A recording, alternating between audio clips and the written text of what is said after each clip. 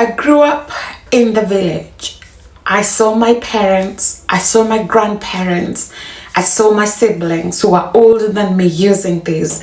And every time I used to wonder, why do we have to use these ingredients?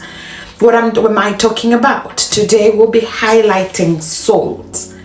Table salt is something that has been in existence for a very long time. As I said, as growing up in the village, I could see my grandparents use it to preserve meat whenever we had a big slaughter, maybe slaughtering some animal or game that wasn't going to be eaten, all of it together. They will literally put in a lot of salt and then it will be stored for a longer period of time.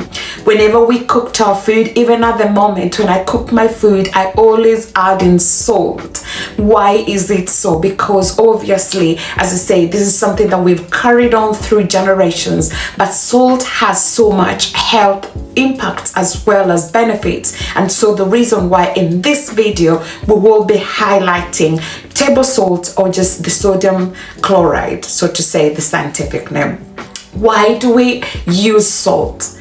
Of course, you know by now that salt is one of the cheapest ingredients that you can find, yet you need very little or very minimal amount of salt to be able to make an impact or to be able to impact the quality of your food. For example, when I buy salt in my house, I buy this salt. I wouldn't use it like all of it. All the other ingredients will be used and gone, but we'll still have our salt because we use just a little amount of salt and you're good to go. It is of course recommended an adult to consume not more than 6 grams of salt per day, which means 6 grams is literally really nothing.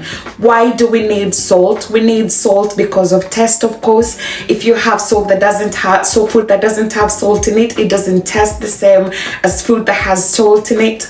We need salt as well as a preservative, as I said.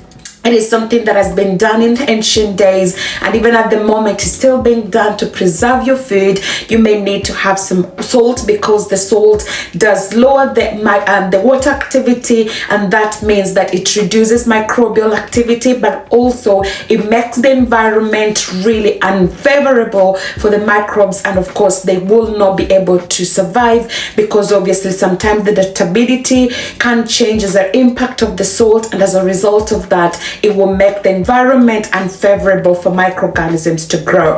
As well as when you have things like you're making your bread or you're baking, you'll add salt so that the salt can impede the formation, the functioning or the working of the yeast, because it gets to a point where you don't want the yeast just continue doing its thing, and the salt is the one which will limit the continued action of the yeast. As well as when it comes to the salt, in normal, general, non-food times or terms, you can use your salt as well. If you have a wound, you cut yourself, the first thing that you do is put some salty water. If you've got, let's say, for example, you've had an excavation of tooth, they always say gargle with salt water. If you have, for example, sore throat, salt can actually as well be useful. But of course, there's also the downside of salt. Too much of it is not good, especially if you have things like high blood pressure. It might be worthwhile watching how much salt intake you are taking per day.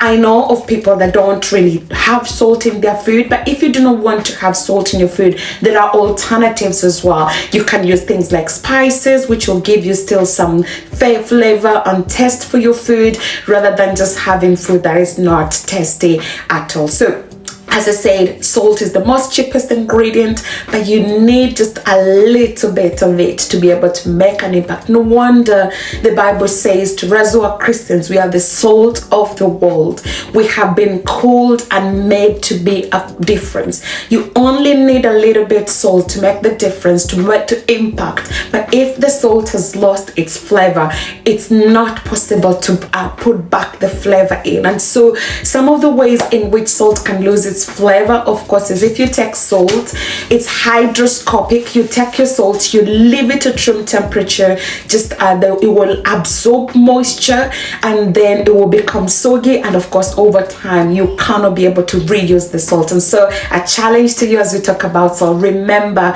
my brother, my sister, you are the salt of the world. You are the city set on a hill that cannot be hidden, but has to display its beauty for the rest of the world world to see. So go be the salt, go be the change, and make the impact that you need to make to the world.